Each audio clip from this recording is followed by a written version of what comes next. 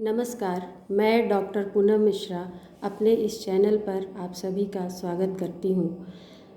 हिंदी साहित्य के इतिहास में सूरदास जी से आप सभी भली भांति परिचित हैं।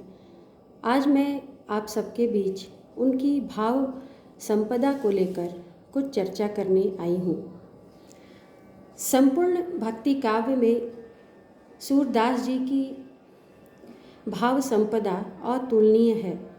कृष्ण भक्ति परंपरा के अंतर्गत सूरदास ही ऐसे कवि हैं जिन्होंने भावनाओं के उत्कर्ष को अपनी वैष्णवी आस्था का प्रमाणक बनाया।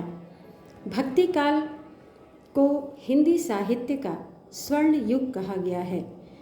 जिस प्रकार तुलसीदास जी ने राम नाम का मणिमय दीपक लोक चेतना के सम्मुख रखते हुए सगुणावतार को आस्था के सर्वोच्च शिखर तक पहुंचाया, उसी प्रकार सूरदास जी ने श्री कृष्ण नाम का संकीर्तन किया।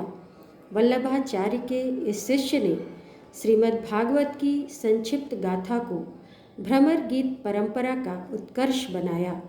उन्होंने सूर सागर सार में गोपियों, राधा और अपने समस्त ब्रजवासियों को भाव प्रतिमाएं बनाकर आध्यात्मिक प्रेम की सरलता और गहनता का ऐसा भव्य चित्रण किया जो अपने आप में अद्वितीय है। सूर सागर सार के भावोत्कर्ष का ग्रंथ माना जाता है और सूर भाव सम्राट कहे जाते हैं। इसलिए कहा भी गया है, अर्थात यह उपमा भी दी गई है, सूर सूर तुलसी ससी। इस उक्ति में तुलसीदास का महत्व कम किया गया हो ऐसी बात नहीं। सूर की अनुपम भाव विदग्धता के लिए उन्हें सूर्य की तरह प्रखर बताना उनकी सगुण भक्ति के महत्व को प्रमाणित करना है, क्योंकि उनकी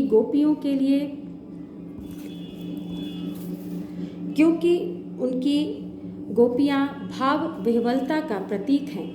वे तर्क नहीं जानती, उनके हृदय में भाव की अदम्यता है और उनका जीवन ब्रज की मिट्टी के कण कण सा कृष्ण प्रेम की संवेदना में तरल बना हुआ है। इसलिए विरह विदग्ध इन गोपियों की यदि कोई विशेषता है तो वह है इनकी भाव समाधि। एक सुदीर्घ अवधि के पश्चात कृष्ण के बदले उनके समान वेशभूषा धारण करने वाले उद्धव ब्रज की भूमि पर अवतरित होते हैं और गोपियों को निराकार से जोड़ने का प्रयत्न करते हैं। उन्हें अपने ज्ञान गर्व से भरे तर्कों के माध्यम से यह बताना चाहते हैं कि निर्गुण ब्रह्म ही इस सृष्टि का एकमात्र उपास्य हो सकता है, अन्य कोई नहीं। गोपियाँ सगुण भाव से भरी हुई हैं, अतः निर्गुण का प्रतिकार करती हुई उसके अस्तित्व पर ही प्रश्न चिन्ह लगा बैठती हैं। निर्गुण कौन देश को वासी। इस तरह सूर के भाव जगत की सबसे बड़ी विशेषता यह है कि वहाँ प्रतिकार भी मधुर लगता है। उस उपालंभ में भी एक अद्भुत कोमलता है।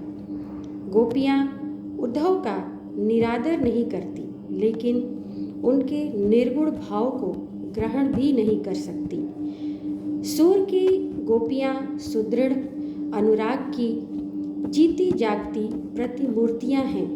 वे कहती हैं, हमारे हरि हारिल की लकड़ी। वे हारिल पक्षी की ही भांति उन्होंने कृष्ण के अनुराग और प्रेम को अपने हृदय में दृढ़ता से सहेज कर रखा है। ऐसे में निर्गुण का ध्यान वो कैसे कर सकती हैं। सांसारिक भावनाओं और कर्मों से जुड़ी हुई गोपियों के लिए यह संभव ही नहीं है। वो कहती हैं, जो अगम अगोचर है, जिस पर चेतना टिकाने के लिए हठ धर्मिता अपनानी पड़े, उसके प्रति भोली भाली गोपियों के मन में निष्ठा का जन्म कैसे हो सकता है। गोपियों के लिए निर्गुण ब्रह्म अबुझ पहेली के समान है, जिसे वे चाह कर भी स्वीकार नहीं कर पाती। अतः गोपियों के माध्यम से सूरदास जी ने भावाभक्ति की चरमावस्था में स्वतः स्वीकार किया है। सब विधि अगम विचार ही ताते, सूर सगुण लीला पद गावे। सूरदास के भाव जगत की सबसे बड़ी विशेषता यह है कि उन्होंने किसी भी पूर्व प्रचलित शास्त्रीय परिपाटी का अंधानुकरण नहीं किया।